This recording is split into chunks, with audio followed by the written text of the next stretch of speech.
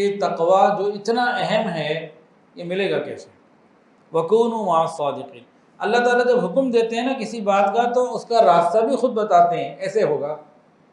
یا ایھا الذین آمنوا اتقوا اللہ، ایمان والو تقوی اختیار کرو۔ یا ایھا الذین آمنوا اتقوا اللہ، اے ایمان والو تقوی اختیار کرو۔ یا اللہ کیسے اختیار کرے؟ ساتھ ہی جواب آ گیا وَكُونُوا مَعَ الصَّادِقِينَ، سچوں کے ساتھ ہو جاؤ۔ یہ کونو امر حکم کا صیغہ ہے، اور مفسرین قرآن نے مع الصادقین سے مطلب کیا لیا ہے؟ مشائخ وقت، اولیاء اللہ، اہل اللہ، ان کی صحبت اختیار کرو۔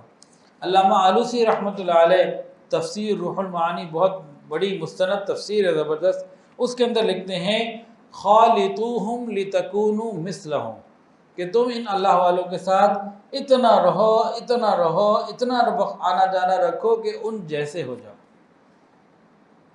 ان جیسے ہو جاؤ، تمہاری ہر چیز ان جیسی ہو جائے، لوگ تمہیں دیکھ کے اپنے تمہارے بڑوں کو پہچانیں۔ اور واقعی بات ایسی ہے، انسان کی طبیعت اللہ تعالیٰ نے بنائی ہی ایسی ہے کہ جن لوگوں کے ساتھ رہتا ہے ویسا بننا چاہتا ہے، جن کے ساتھ رہتا ہے ویسا بننا چاہتا ہے۔ آپ کسی کرکٹر کے ساتھ رہے تو کرکٹ کھیلنے کا دل کرے گا، اور کسی دکاندار کے ساتھ رہیں تو دکانداری کا دل کرے گا۔ جس کے ساتھ رہیں گے وہ انسان کا دل ادھر لگ جاتا ہے۔ انسان کا دل بنایا اللہ نے ایسا ہے، انسان کی طبیعت ایسے بنائی ہے۔ پھر طبیعتوں کے اندر اللہ نے ایک مادہ رکھا ہے، جس کے ساتھ رہتا ہے اس کی عادات خود بخود چوری ہو جاتی ہیں، کر لیتا ہے بندہ، چوری کر لیتا ہے، پتہ نہیں چلتا۔ جس کے ساتھ رہتے رہتے آہستہ آہستہ ویسے ہو جاتے ہیں، پتہ ہی نہیں چلتا۔ پھر ہمیں دیکھنا نا کس کے ساتھ ہمیں رہنا ہے۔ پھر نبی علیہ السلام نے فرمایا المرء علی دین خلیلہ، انسان اپنے دوست کے دین پر ہوتا ہے، یعنی دوست کے طریقے پر ہوتا ہے۔ حدیث میں بھی یہ بات موجود ہے۔ فَلْيَنظُرْ أَحَدُكُمْ مَنْ يُخَالِلْ، تم میں سے ہر ایک یہ دیکھ لے کہ کس کے ساتھ وہ اٹھنا بیٹھنا، دوستی، تعلق، رابطہ رکھتا ہے۔ جیسا رابطہ یہاں ہوگا جیسے دوست یہاں ہوں گے۔ میں نے بہت سارے جنازے پڑھے بھی ہیں اور پڑھائے بھی ہیں۔ ایک مرتبہ ملتان میں مجھے ایک جنازے میں شریک ہونے کا موقع ملا، تو ایک حافظ قرآن تھے اور سادہ سے آدمی تھے، ایک ہونا عالم ہو یا کوئی بڑے کاروباری ہوں یا کوئی سیاسی ہوں یا کوئی مشہور بات ہو، کچھ بھی نہیں۔ خیر جنازے میں جانا تھا تو میں گیا، وہاں دیکھا کثرت کے ساتھ علماء اور طلباء، اتنی کثرت کے ساتھ میں حیران ہوا۔ مجھے سمجھ میں نہیں آیا، یا اللہ یہ کیا ماجرا ہوا؟ تو معلوم یہ ہوا کہ انہوں نے اپنی زندگی علماء کے ساتھ، طلباء کے ساتھ، مدرسے کے بچوں کے ساتھ تعلق میں گزاری، بس ان سے محبت کرتے، ملتے، آتے جاتے، جناب اللہ نے انہی کو بھیج دیا جن سے محبت تھی ان کو جنازے میں۔ وہاں اس دن، اس بات کو 10 سال سے زیادہ ہو گئے، ایک بات جو ہے نا وہ اندازہ ہوا، ایک مشاہدہ ہوا کہ انسان دنیا میں جن لوگوں کے ساتھ، جیسے لوگوں کے ساتھ زندگی گزارتا ہے، عام طور سے جنازے میں ویسے ہی بندے اللہ اکٹھے کر دیتے۔ جنازے کو دیکھ کے پتہ لگ جاتا ہے کہ زندگی کا کن کے ساتھ گزاری تھی، کن سے تعلق تھا۔ بھئی کسی اداکار کا انتقال ہو تو جنازے میں پھر کون ہوں گے؟ اداکار ہی ہوں گے۔ کسی گانے بجانے والے کا ہوگا تو وہی ہوں گے۔ تو اس دن یہ مشاہدہ ہوا اور بڑا میں حیران ہوا۔ کسی عارف نے کہا یہاں تک جذب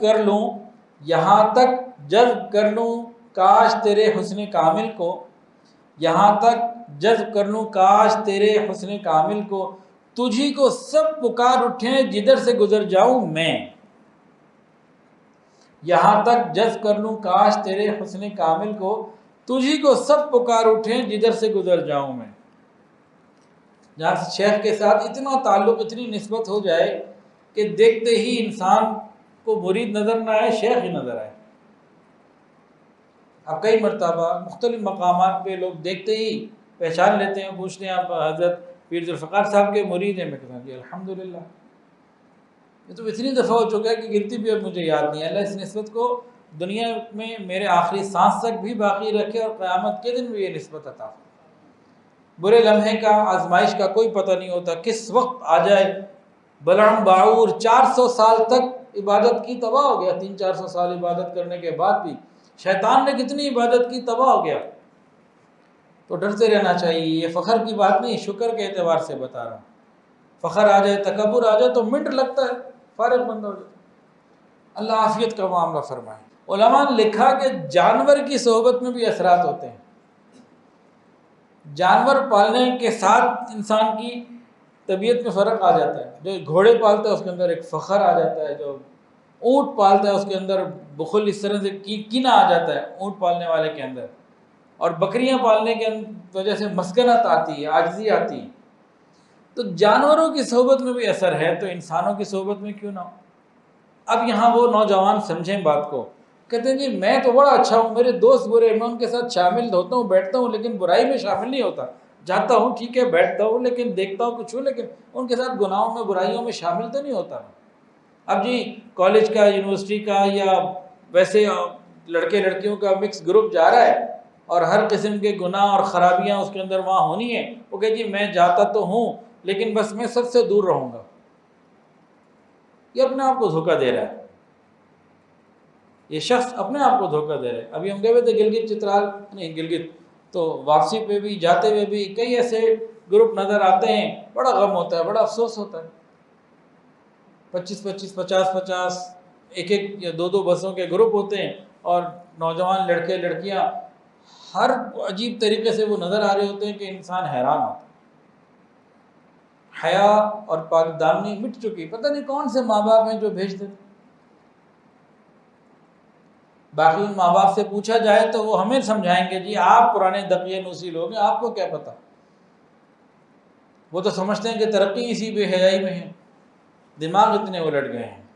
تو بہرحال جن کے ساتھ بندہ رہے گا ان جیسا ہو جائے گا۔